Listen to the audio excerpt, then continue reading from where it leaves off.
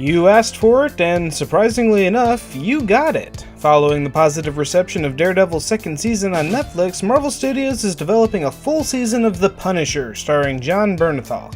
The Punisher will be the sixth series in the Netflix corner of the Marvel Cinematic Universe, and the first series announced since it began in 2015. No release dates for the series have been set, and it's not yet known if this means the Punisher will be included into the Defenders collaboration. And if you don't have enough streaming services in your life, here's one more to keep an eye out for. Turner Classic Movies is developing Filmstruck, a new subscription-based streaming service which will focus on independent, foreign, and cult films. Filmstruck will also be the new home for the Criterion Collection, which has long been part of Hulu's offerings. Marketed primarily towards movie buffs, Filmstruck promises access to more than 1,000 movies, many of which are so obscure that they are unavailable on disc or elsewhere. And speaking of unavailable, remember The Legend of Zelda for Wii U? Nintendo first announced the game during E3 of 2014 and showed off gameplay later that year. The open-world Zelda game was originally planned to have a 2015 release, however by March of 2015 Nintendo announced that the game needed more development time and would be pushed to 2016.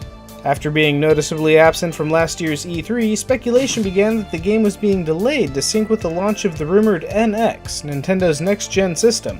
This move would have precedence as The Legend of Zelda Twilight Princess saw a similar dual release being ported from the GameCube to serve as a launch title for the Wii.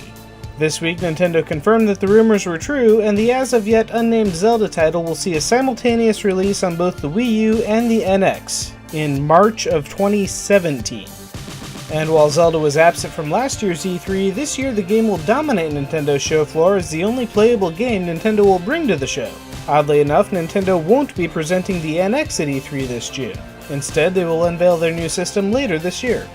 In other Nintendo news, the company also announced their next series of mobile apps following the success of Miitomo. This fall, Nintendo will release apps based on the Fire Emblem and Animal Crossing franchises.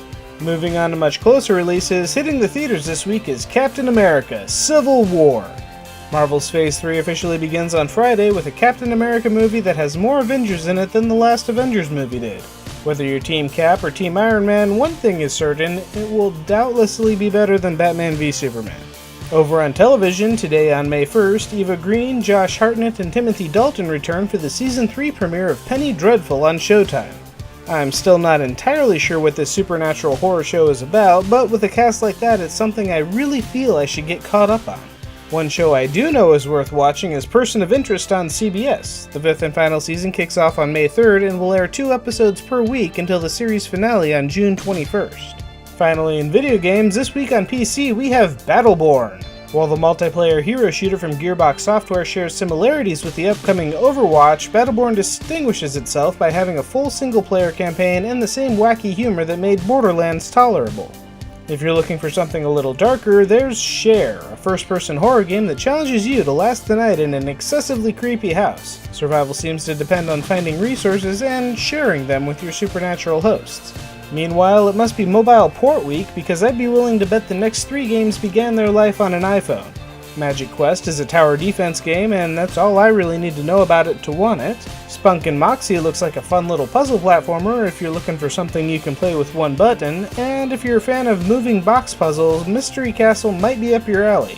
It certainly seems to have taken the concept as far as humanly possible. Last, and possibly least, this week's 90s throwback is Kathy Rain, A Detective is Born. The point-and-click adventure game puts you in control of a motorcycle-riding college girl investigating the death of her recently deceased grandfather.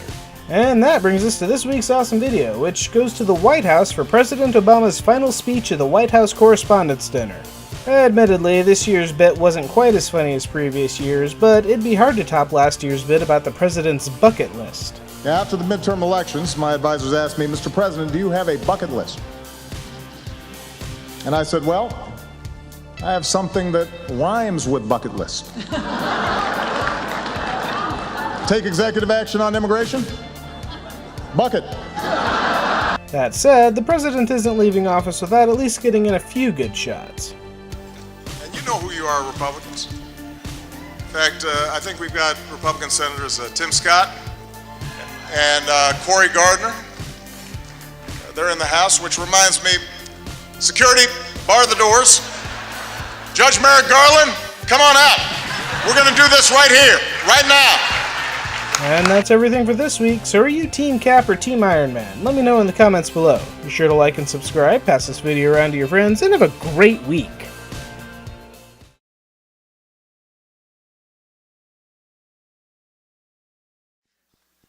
8 years ago, I said it was time to change the tone of our politics.